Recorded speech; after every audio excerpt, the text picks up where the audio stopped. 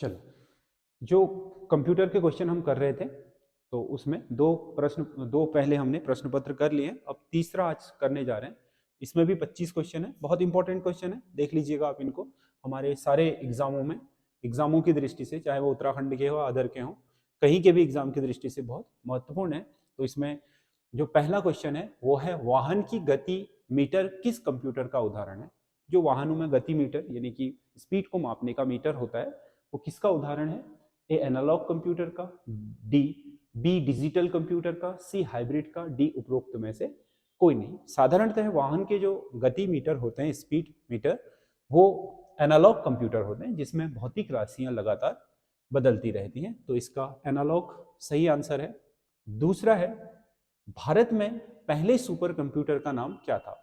भारत के पहले super computer का नाम क्या था जो भारत ने बनाया, जो स्वदेशी सुपर कंप्यूटर है, जैसे क्रे के है वन है, ये दुनिया का पहला सुपर कंप्यूटर था। तो भारत का जो पहला सुपर कंप्यूटर है उसमें आपका ऑप्शन ए है क्रे के वन, बी है परम, सी है फ्लो सॉल्वर और डी है अनुपम। ये हैं सारे सुपर कंप्यूटर हैं इनमें से, लेकिन जो भारत का अपना पहला सुपर कंप्यूटर है उसका आंसर है सी फ्लो सॉल्वर। ये पहला सुपर कंप्यूटर भारत द्वारा निर्मित था। कौन कंप्यूटर सीपीयू का भाग नहीं है? कंप्यूटर सीपीयू मतलब जो आपका कंप्यूटर का ब्रेन कहलाता है उसका भाग नहीं है। A memory, B control unit, C ALU और डी उपरोक्त में से सभी। कौन नहीं है पूछ रहा है, तो कंप्यूटर सीपीयू का भाग है, सॉरी। इसमें आपका मेमोरी होती है, जो आपका कंप्यूटर का सीपीयू होता है उसके तीन भाग ही होते हैं आपका। एक तो जो कंप्यूटर का सीपीयू होता है उसके तीन भाग होते हैं। एक तो हमारी मेमोरी होती है और एक होती है कंट्रोल यूनिट, एक मेमोरी और एक होती है ALU अर्थमेटिक लॉजिक यूनिट। तो ये तीनों ही कंप्यूटर सीपीयू के भाग हैं, तो इसका सही आंसर उपरोक्त में से सभी होगा। अगला क्वेश्चन है, कंप्यूटर कीबोर्ड में फंक्शन की संख्या कितनी होती है? फंक्शन की जिनमें F लिखा रहता है, फंक्शन की कंप्यूटर कीबोर्ड में जो सबसे ऊपर की पट्टी होती है, इनमें आपका F1 F2 ऐसे करके आपके टोटल कितनी की होती हैं? तो ऑप्शन ए है 10, बी है 12, सी है 21 और डी है 104। तो जो फंक्शन की होती है वो 12 होती है। कंप्यूटर कीबोर्ड के जो साधारण कीबोर्ड होता है, सामान्य कीबोर्ड कंप्यूटर का, उसके जो सबसे टॉप की जो लाइन होती है उसमें 12 फंक्शन की होती है जिन्हें F1 F2 के नाम से जाना जाता है। अगला पांचवा क्वेश्चन है, विभिन्न चौड़ाई की काली पट्टियों में बने कोड को क्या कहा जाता है? विभिन्न जो आपकी चौड़ाई की काली पट्टियों में जो कोड छपा होता है उनको क्या नाम से जानते हैं? एक OMR, बी बार कोड, सी QR कोड और डी MICR कोड। OMR तो ऑप्टिकल मार्क रिकॉग्नाइजर है। बार कोड आपने देखा होगा कि जो दुकानों में स्टिकर ऊपर या किसी कंपनी के आपके जो स्टिकर होते हैं उनमें आपने बार कोड देखा होगा, तो वो बार कोड ही विभिन्न चौड़ाई की पट्टी, क्योंकि QR कोड में जो आपका कोड होते हैं वो पट्टी में नहीं होती बल्कि एक आपके इस तरीके से QR कोड में आपका पट्टियां ना होकर के QR कोड में इस तरीके से चीजें बनी होती हैं। QR कोड ऐसा होता है, जबकि हमारा जो बारकोड होता है उसमें ऐसे अलग अलग चौड़ाई की ऐसी पट्टियां बनी होती हैं जिसमें उस प्रोडक्ट की पूरी डिटेल होती है। तो इसमें QR कोड सही आंसर है, क्योंकि ये MICR भी होता है लेकिन ये मैग्नेटिक इंक करेक्टर रिकॉग्नाइजर होता है, जो मूलतः हमारे जो बैंक चेक होते हैं उनमें छपा होता है एक कोड, उसे बोलते हैं MICR कोड। तो इसमें QR कोड सही उत्तर है। छठा क्वेश्चन है, माउस के बाएं बटन को दबाए रखकर एक स्थान से दूसरे स्थान तक ले जाना क्या कहलाता है? जब स्क्रीन पर हम किसी चीज को एक स्थान से दूसरे स्थान तक माउस को बाएं बटन को दबा करके हम जब एक स्थान से दूसरे स्थान तक उस चीज को ले जाते हैं या कोई आइकन हटा करके हम दूसरी जगह शिफ्ट करते हैं तो वो क्या कहलाता है? एक क्लिक तो उसमें सिंगल या डबल क्लिक कहलाता है, या क्लिक सिंगल होता है या डबल होता है? ड्रैग, या सिलेक्ट। तो इसमें से ड्रैग सही आंसर है, क्योंकि सिलेक्ट तो आपके लाइन से हो जाता है, क्लिक डबल या सिंगल होता है, बाकी ड्रैग का मतलब होता है एक स्थान से दूसरे स्थान तक किसी चीज को उठा करके ले जाना, तो माउस से वो काम किया जा सकता है। तो इसका सही आंसर ड्रैग है। प्रश्न 7 है, मोनोक्रोम मॉनिटर क्या होता है? जो हमारे पास मॉनिटर होते हैं मूलतः दो प्रकार के होते हैं, एक तो कलर्ड होता है, एक ब्लैक एंड व्हाइट होता है। तो जो ब्लैक एंड व्हाइट कंप्यूटर का स्क्रीन होती है, उस स्क्रीन को हम मोनोक्रोम कहते हैं। तो A black and white, B colour, C A और बी दोनों, और डी उपरोक्त में से कोई नहीं। तो उसका उत्तर होगा black and white. Black and white इसका सही आंसर है। अगला क्वेश्चन है 8वां, टच स्क्रीन निम्नलिखित में से, touch screen black and white जो स्क्रीन होती है वो हमारी मोनोक्रोम स्क्रीन कहलाती है, यानी कि कंप्यूटर का जो कंप्यूटर की जो शो करने वाली स्क्रीन होती है वो मॉनिटर मोनोक्रोम कहलाती है। अगला, टच स्क्रीन निम्नलिखित में से कौन सी डिवाइस है? टच स्क्रीन, हम किसी, जैसे ये बोर्ड है, इसको टच कर रहे हैं तो इससे संदेश जा रहा है, यानी कि कंप्यूटर को इनपुट मिल रहा है, इससे आउटपुट नहीं आता है। तो इसमें आपका स्क्रीन दिया हुआ है आंसर में, input device, B output device, C A और बी दोनों, और डी उपरोक्त में से कोई नहीं। तो कोई भी टच स्क्रीन जो होगी वो इनपुट डिवाइस होगी, क्योंकि उससे हम कंप्यूटर को संदेश भेज सकते हैं। अगला क्वेश्चन है, भवन निर्माण हेतु डिजाइन को कागज पर उतारने वाली डिवाइस है? ए प्लाटर, बी प्रकाशीय पेन, सी प्रोजेक्टर और डी कार्ड रीडर। तो इसका सही आंसर होगा प्लाटर। प्लाटर जिसमें हम विभिन्न तरह की मकान या बड़ी जो ढांचागत आकृतियां होती हैं उनके डिजाइन जो तैयार करते हैं, तो उनको जो सॉफ्ट कॉपी निकालते हैं, तो उसके लिए जिस आपका आउटपुट डिवाइस का प्रयोग किया जाता है वो प्लाटर होती है। प्लाटर एक आउटपुट डिवाइस है।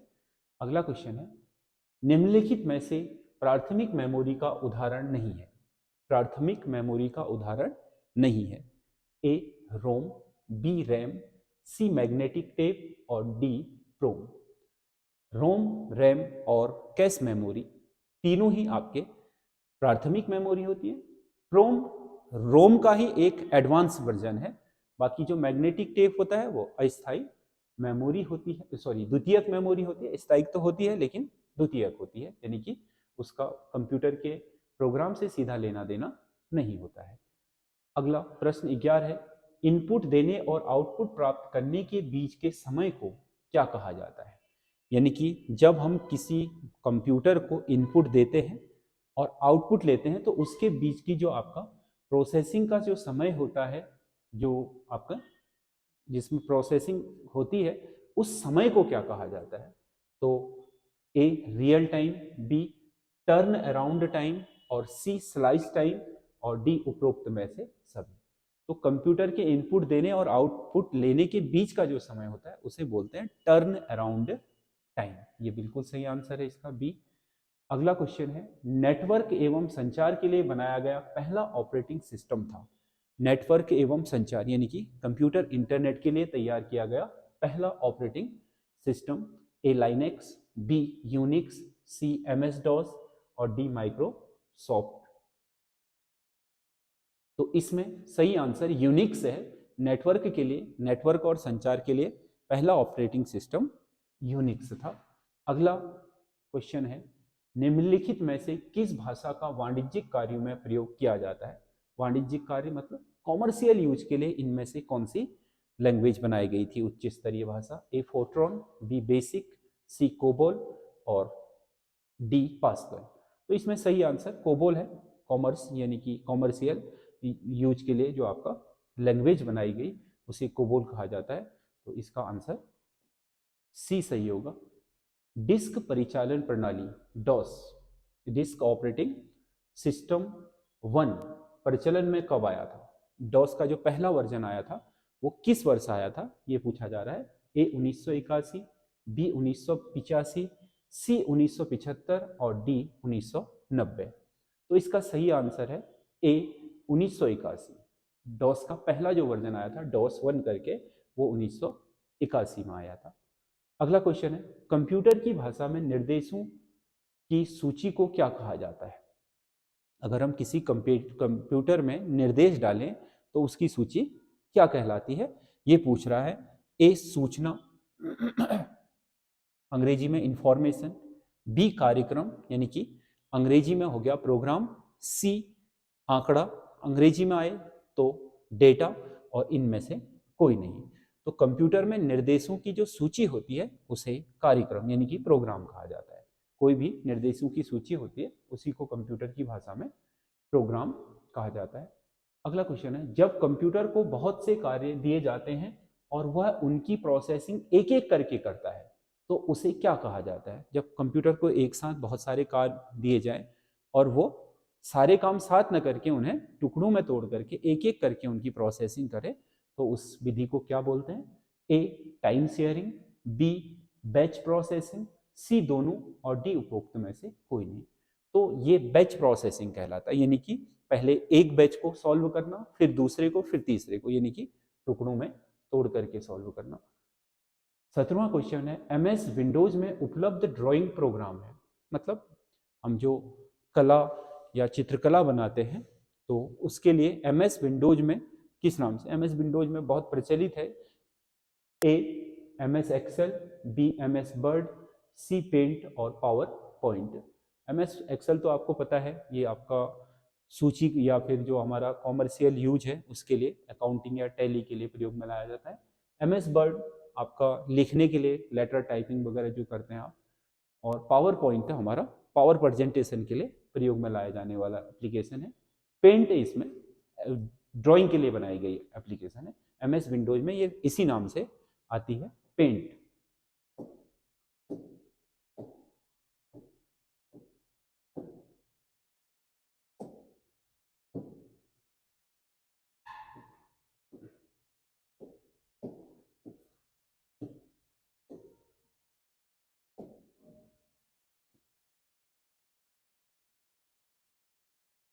इसका 17वां क्वेश्चन जो है वो आपका एमएस विंडोज में उपलब्ध ड्राइंग प्रोग्राम है, इसमें आपका पेंट सही आंसर है। अगला 18वां क्वेश्चन है, पीसी के आंतरिक परिपथ में होता है, पीसी का जो आंतरिक परिपथ है यानी कि उसका जो सर्किट है तो उसमें क्या होता है? A microprocessor, B microchip, C micron और डी माइक्रो मेमोरी। तो पर्सनल कंप्यूटर का जो आंतरिक परिपथ होता है उसे हम माइक्रो प्रोसेसर बोलते हैं, इसी से गुजर करके प्रोसेसिंग होती है। अगला क्वेश्चन है 19वां, वेब एड्रेस को किस नाम से जाना जाता है? वेब एड्रेस को किस नाम से जाना जाता है? वेब एड्रेस जाना जाता है किसी भी आपके, जो हम वेबसाइट में जाते हैं तो उसके एड्रेस को क्या बोलते हैं? ए यूआरएल, बी यूएलआर, सी एलआरयू और डी जीयूआई। तो यूआरएल यूनिफॉर्म रिसोर्स लोकेटर, यही किसी भी वेब पेज का पहला एड्रेस होता है, चाहे जो हम www या आगे जो भी उसके आगे टाइप करते हैं किसी वेबसाइट को खोलने के लिए तो उसे हम क्या बोलते हैं? यूआरएल। तो वेब एड्रेस को यूआरएल भी कहा जाता है। अगला क्वेश्चन है, निम्नलिखित में से कौन सा ऑपरेटिंग सिस्टम जीयूआई को सपोर्ट नहीं करता? इनमें से कौन सा ऑपरेटिंग सिस्टम ऐसा है जो ग्राफिक यूजर इंटरफेस को सपोर्ट नहीं करता? ए एंड्रॉयड, बी आईओएस, सी मैक और डी डॉस। तो आपका मैक और आईओएस तो ये दोनों ही आपके आईफोन यानी कि जो हमारे एप्पल का है आईफोन उसके सिस्टम है, ये दोनों ही ग्राफिकल यूजर इंटरफेस पर आधारित है। एंड्रॉयड तो है ही क्योंकि नए वर्जन में तो सब में होता है। डॉस नहीं है, जो हमारा डिस्क ऑपरेटिंग सिस्टम है वो जीयूआई को सपोर्ट नहीं करता है। तो इसका सही आंसर डी होगा। अगला क्वेश्चन है, हब पर आधारित नेटवर्क टोपोलॉजी है, मतलब कौन सी नेटवर्क टोपोलॉजी ऐसी है जो हब पर काम करती है? A ring topology, B bus topology, C star topology और डी रिंग और बस दोनों। देखो जो रिंग टोपोलॉजी होती है उसमें इस तरीके से नेटवर्क बनाया जाता है, तो इसमें हब की जरूरत होती ही नहीं है, यानी कि ये एक दूसरे से कनेक्ट हो जाते हैं। और बस टोपोलॉजी सीधी होती है, इसमें इस तरीके से कंप्यूटरों को जोड़ा जाता है एक तार द्वारा। जो स्टार टोपोलॉजी है उसमें हम इस तरीके से कंप्यूटरों को जोड़ते हैं, तो सीधी सी बात है कि इनके लिए एक हब बनाना जरूरी होता है। बाकी चौथा ऑप्शन रिंग और बस दोनों, ये तो होंगे नहीं, तो इसका मतलब इसका सही आंसर होगा स्टार टोपोलॉजी। जब नेटवर्क को बिछाते हैं तो स्टार टोपोलॉजी में आपका हब का उपयोग किया जाता है। अगला क्वेश्चन है, पहला कंप्यूटर वायरस कौन सा था? ए क्रीपर, बी परम, सी द फेमस और डी डी ब्रेन। क्रीपर जो पहला कंप्यूटर में पाया गया वायरस था वो क्रीपर था। वैसे तो आधिकारिक तौर पर जो इंटरनेट पर बनाया गया था वो सी ब्रेन था, परंतु क्रीपर आदि कंप्यूटर पर बनाया गया पहला प्रोग्राम वायरस था, तो इसका सही आंसर क्रीपर ही होगा। एडवर्टाइजमेंट को स्वतः छोटे छोटे भागों में दिखाता है। जो हमारे मालवेयर हैं जो बहुत तरीके से हमारे इंटरनेट या ईमेल के थ्रू हमारे तक पहुंच बनाते हैं और उसके बाद हमें संदेश पहुंचाने या ऐड दिखाने का काम करते हैं। तो ए स्पैम है, बी रूट किट्स है, सी एडवेयर है और डी फिशिंग है। तो एडवेयर, क्योंकि ये एडवेयर बनाए ऐसे जाते हैं कि हमारे जो मोबाइल फ़ोन या हमारा जो कंप्यूटर सेट होता है उस तक इंटरनेट के थ्रू पहुंचते हैं और छोटे छोटे टुकड़ों में हमें किसी एडवर्टाइजमेंट, किसी ब्रांड की ब्रांडिंग करके हमें उसकी ओर आकर्षित करने का प्रयास करते हैं, तो उन्हें एडवेयर बोला जाता है। अगला क्वेश्चन है, आर्टिफिशियल इंटेलिजेंस एआई कृत्रिम बुद्धि का जनक है। कृत्रिम बुद्धि मतलब जो कंप्यूटर की जो आपकी बुद्धि है उसका जनक कौन है? A Charles Babbage, B John McCarthy, C Eckert और डी फॉरेस्ट। तो इसका सही आंसर है जॉन मैकार्थी। इन्होंने ही आपका सबसे पहले कंप्यूटर में आर्टिफिशियल इंटेलिजेंस यानी कि कृत्रिम बुद्धि को इजाद किया था, तो इसका सही आंसर बी है। और 25वां और लास्ट क्वेश्चन है, सीपीयू और मेमोरी स्थित होते हैं। सीपीयू और मेमोरी कहाँ स्थित होते हैं? ए स्टोरेज डिवाइस पर, बी आउटपुट डिवाइस, सी मदरबोर्ड और डी एक्सपेंशन बोर्ड पर। तो इसका सही आंसर है मदरबोर्ड पर। सीपीयू और मेमोरी मदरबोर्ड पर स्थित होते हैं। तो ये 25 क्वेश्चन है, बहुत इंपॉर्टेंट है। एक बार आप पेपर देखने से पहले एक सरसरी निगाह में भी देख लेंगे तो हो सकता है कि आपके बहुत काम आ जाए।